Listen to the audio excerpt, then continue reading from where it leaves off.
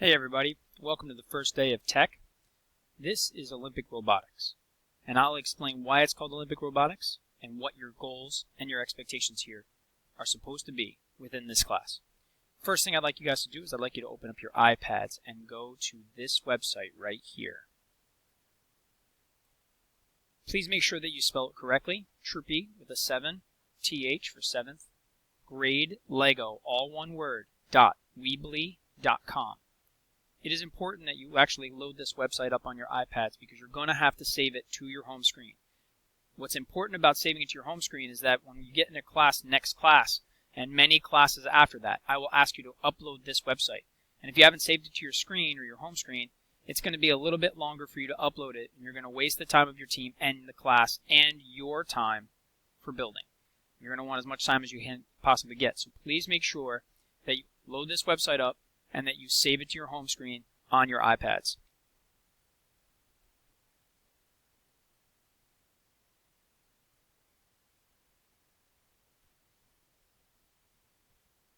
Next, Olympic Robotics. The reason it's called Olympic Robotics is because at the very end of this class, you're going to compete in 5 different Olympic events. Those 5 events: hockey, soccer, sumo wrestling, track and field, and breakout, which is like an obstacle course. Your goal here is to build the best robot in the class, hence the name Olympic.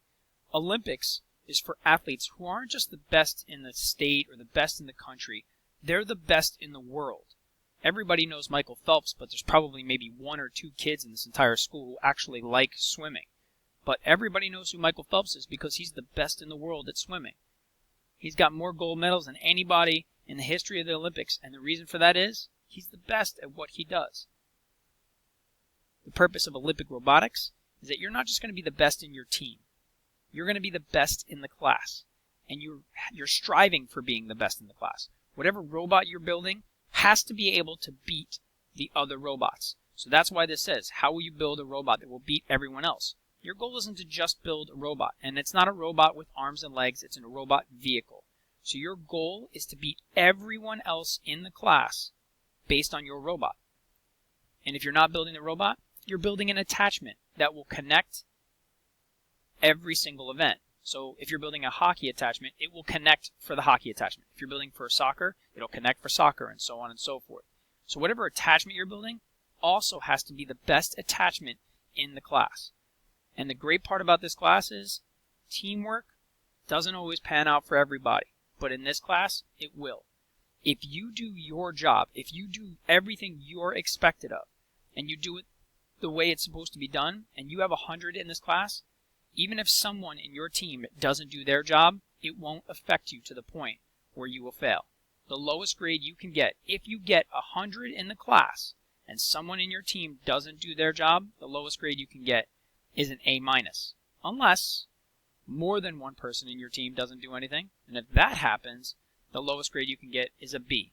So all you have to worry about is yourself and making sure that your team is doing what they're supposed to do for them.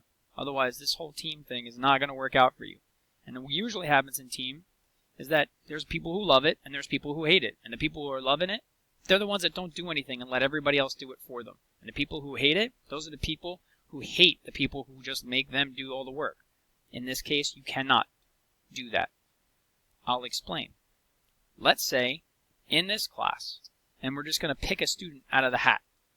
In this class, if let's say one of the students builds a robot, and then another student builds an attachment. Well, the girl who built the robot, let's say she built it perfectly. It's one of the best robots in the class.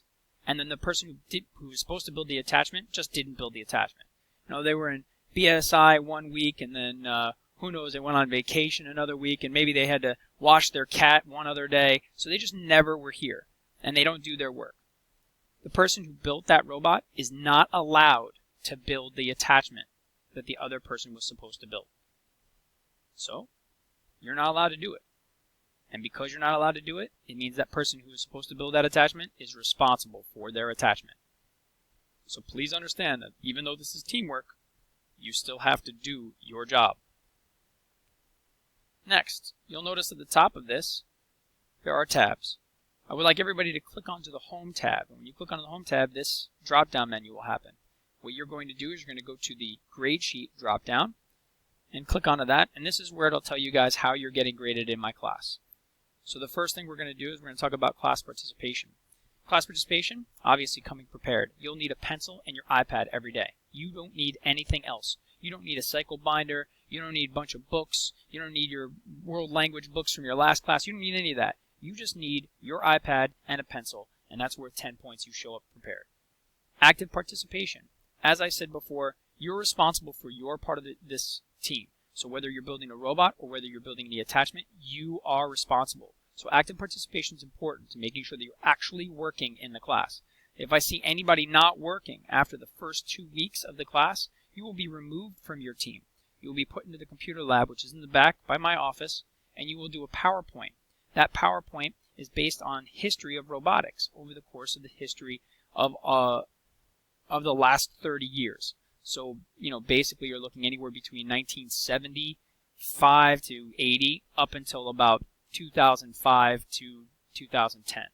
So you're going to pick a 30-year span, and you're going to write about the history of robotics and how it's grown since then to this day. And that's kind of going to be graded as your whole grade for the class. So you will be removed from the robotics. Now this is supposed to be fun, and I want you to be having fun. The only way you can have fun is if you're actually working on this. And I mean, there's a lot worse things that you can be doing than building something with Legos. Next, system cleanup. At the end of the class, you guys are going to clean up your systems and put away all your Legos and count them all up, and then you guys get a grade for that. And then finally, teamwork. Again, how you guys are working with your team. Just because you're not responsible for anyone else's attachments doesn't mean that you can ignore them. You guys have to constantly communicate. If someone builds an excellent robot, probably the best robot in the class, and another person builds probably the best attachment in the class, but they have no way to connect to one another, then they're both basically paperweights. They're worthless. So you have to communicate. You have to talk to the people in your team. How are they looking to make the attachment? How are they looking to make the robot? Are they making the robot pure speed? Are they making it pure power? These are things that we will definitely talk about in our next class. But you have to decide what you're going to do, and you have to communicate that with your team, because if you don't, nothing will work out. Robotics. Robotics, even though the class is called robotics, 70% of this class is based on the engineering portion of the class. So we have from driving ability to the reflection worksheet we'll do at the end of the class to the actual robot building and attachment building. So we're just going to talk about robot building and attachment building for right now. Each one is worth 50 points. If you built the robot, you're not getting graded on the attachment building, and vice versa. If you built the attachment, you're not getting graded on the robot. So you don't have to really worry about all this stuff. But I will skim through this, but just so you guys know, this is the breakdown, and this is how you're going to get graded. Your robot has to be strong. It has to have motors for each side of the robot. It has to have wheels for each side of the robot. It has to be able to connect to the attachments that people are building. The wire tower has to hang high enough so that the wires do not hang into the wheels, and it has to be able to make sure that it doesn't grab a hold of anybody else's wires or wire tower, and it also has to make sure that the wire tower actually stays on the robot, and every one of these things has points. Attachments, it has to be strong. When the two robots come colliding together, it will be a lot of force, and if your attachment isn't built strong enough, that force will destroy it, and you will lose 20 points. Not only will you lose that 20 points, you'll lose the next 20 points for function, because if the attachment isn't able to function for the event that you created it for, so for example, let's say you made an attachment for hockey, and it doesn't get the puck into the attachment. Well, it doesn't function for that event, and therefore you lose the points. Now, if your attachment did, and it was able to catch the puck and fit it into its system, and then all of a sudden it just fell apart on the first shot between two robots, well, it doesn't function anymore, and you lose all 40 points here. And then, of course, does it attach to the robot? Again, this is part of communication. You need to be able to communicate with your robot person if you built an attachment on how it's going to actually attach to the robot. This is communication that needs to happen. Then, finally, these driving ability situations. A lot of kids will tell you, if you've actually talked to people in this class, oh, driving ability, you need to know how to drive. People will tell you it's scary. I've had actually kids walk up to this system and cry. And the only reason they get upset, the only reason they're stressed out is because they don't practice. Everyone in this class will drive that robot. Everyone. And if you choose not to drive that robot, you're choosing to take 30 points off of this portion of the class, which is a huge drop in your grade. So you need to be able to drive, and that means you need to be able to practice. I will allow you to come in the mornings. I will allow you to come in study hall. But you have to be able to drive your robot. And if you're incapable of driving the robot, it's going to come out in the final events. I can promise you. I've seen it happen a bunch of times, and those people receive very low grades because they didn't want to give the effort to figuring out how to practice driving. So here's what you get graded as your 30 points. You get 0 points if you have no practice and absolutely no ability. You get 10 points if you have little practice and no ability to turn in the correct direction or drive efficiently in order to succeed at the event. So if you can't actually drive the robot that's going to help you win the event, well, you're going to get 10 points. 20 points is you basically have the ability to drive. You can turn left, you can turn right, you got to get there, but you're just not doing it fluid enough. And then, of course, 30 over 30, you have every ability that there needs to be to win the event. You're winning the event. Even if your attachment's awful, you're still winning the event because your driving ability is great. This takes practice and not a lot of it. But I can tell you, if you're worried about driving the robot, if you're stressed about how bad you are, I can set up a lesson for you and show you how to drive. It is not hard to drive, and I will explain that when that time comes. Finally, the Olympics are worth 20% of your grade. When we do the Olympics, the 4 teams will basically run in a bracket tournament. The team that ends up with gold will get 100, silver gets 95, bronze gets 90, and last place gets 85. You also have to accumulate up to 25 points in the events, and I will explain that as we get to it. Next, please make sure that you're clicking on the Do Now. So we're going to go to the Do Now, and we're going to click onto that. In the Do Now, which is the very first thing that you guys are going to do, is you're going to choose your job. And whatever job you're going to choose, you're going to select these 2 things. One of them is a downloading situation, and the other one is a step guide. So you're going to download the checklist to your iPads in GoodNotes, and you're going to click onto the step guide so that you guys can look at the step guide and see how to build the robot from that point. Same thing with the attachments. If you're choosing to build an attachment, you're picking on the attachment checklist, you're downloading that, and then you're going to click onto the attachment step guide, which will bring you to a different site, and I'll just show you what it brings you to. So it shows you that this is the step guide. Step 1, step 2, step 3, all the way down. It will tell you guys what to do. Okay, very, very simple here. So this is basically your choosing your jobs. Now again, the 5 events are as follows. You have hockey, soccer, track, sumo wrestling, and breakout. I will show you all 5 events when I get back in and how they run, but it's very easy.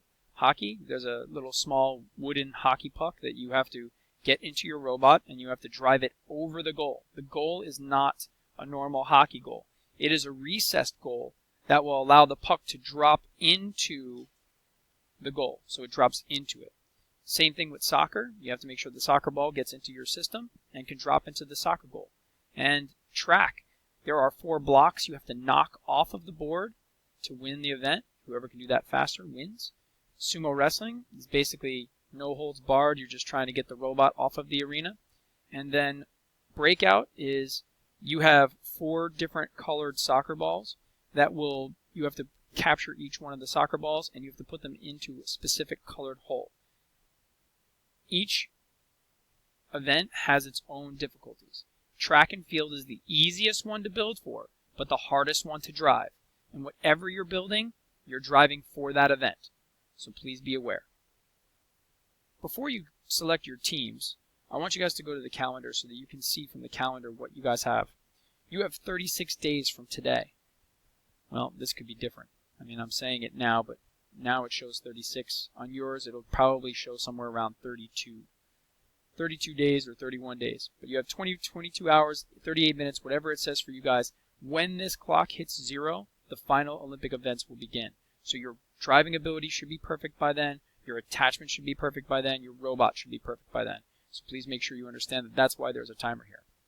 After you pick your jobs, I will need one person to download this to download this file. When you download the file, you'll see who's going to be doing what. You'll write them in and you'll email it to me. Once you guys have done that, please open your kits, explore the things that are in it, and begin to build. At the end of the class, 5 minutes before class, you will have to clean up. Please make sure you check around your floors and your tables, put all of your pieces back into the kit. Don't take apart anything that you've built and store it underneath your table.